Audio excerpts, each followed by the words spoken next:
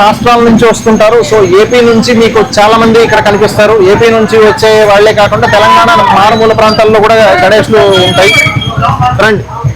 ఇంకా ఇలాంటి ఎన్నో ఇంట్రెస్టింగ్ అప్డేట్స్ కోసం మా పూజ యూట్యూబ్ ఛానల్ను సబ్స్క్రైబ్ చేయండి, ఫాలో చేయండి, మీ ఫ్రెండ్స్ ఫ్యామిలీకి షేర్ చేయండి. మీరు చూస్తున్నారు రకరకాల గణేషస్. ఇది ఒక రకమైన గణేష్ చూడండి. సో ఇంకా లోపలికి వెళ్తాము. ఇదిగోండి. సో మీరు చూసారు అంటే ఇప్పుడు వాళ్ళు కర్నూలుకి తీసుకెళ్లారు అంటున్న గణేష్ ఇంచుమించు ఇలాంటిదే అని చెప్పి మీకు అర్థమవుతుంది. సో ఈ గణేషస్ అన్నీ కూడా వీళ్ళు కొన్ని సంవత్సరాల నుంచి చేస్తున్నారు, కొన్ని దశాబ్దాలుగా వీళ్ళ తాతల కాలం నుంచి చేస్తూ వస్తున్నారు.